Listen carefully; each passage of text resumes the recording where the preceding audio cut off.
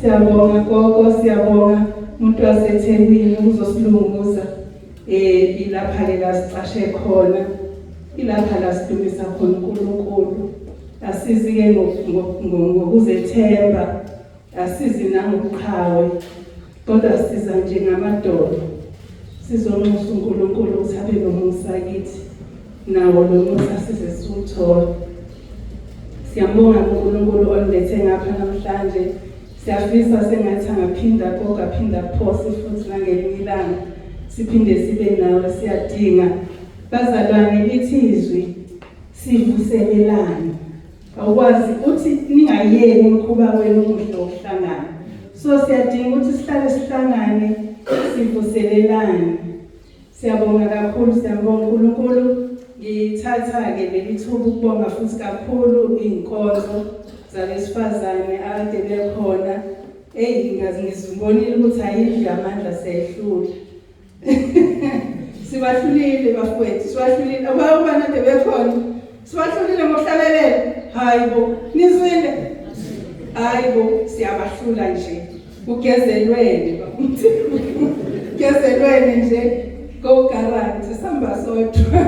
Siyambonga kakhulu uNkulunkulu, siyambonga kakhulu uNkulunkulu ngenkonzo. Bese ke ngicela ukuthi ngithathele ithuba futhi ngisho ngikhumbuza abazalwane ukuthi kunomshado, siyakhipha intombazana la ebandleni isiya yokhonza kwenye indawo.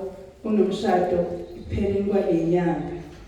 Ngiyacela abazalwane abafisa ukuhamba umshado seshowe, ngiyacela abafisayo ukuhamba babhalise kuMamZulu. MaMZulu. Yebo, angithi intombazana futhi mayiphuma sisiyaluka amacansi sihambisa ngithi. So ngiyacela abazalwane konke lokho sikuhlele njengebandla. Ngebhadi ke thina soke singekho, niyazi ukuthi sihlezi singekho, kodwa soke sikhona nje, siyamthwala ngomkhuleko futhi sikanye naye. Siyacela ke bazalwane abanokuphumelela emshadweni. Kuseshowa kukude nje kakhulu kulunch eshowe. Ngiyacela abazalwane sibhalise kuMamZulu abathandayo ukuhamba. Ngiyacela futhi amacansi nakho konke kulungiswa khona lapha eNdlunkulu yakwaZulu. Ngiyacela abazalwane senze njalo. Ngiyakholwa ukuthi sengena ukukhuluma lokho babuthembu singekho.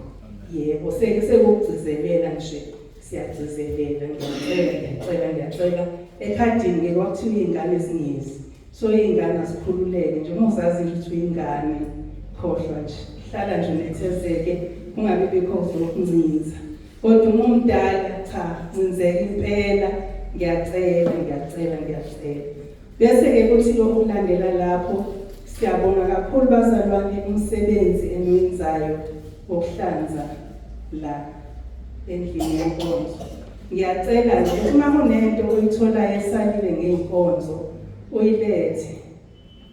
Sikwazi ukuyigcina sibuze umnikazi noma sinqume ukuthi siyayishisa ngoba mase ihlezi singahlekwa umuntu sifaka empahleni ezoshiswa. So ngiyacela ukuthi ungayixosheli ngoba uzothi uyaxosha kanti uxosha isono.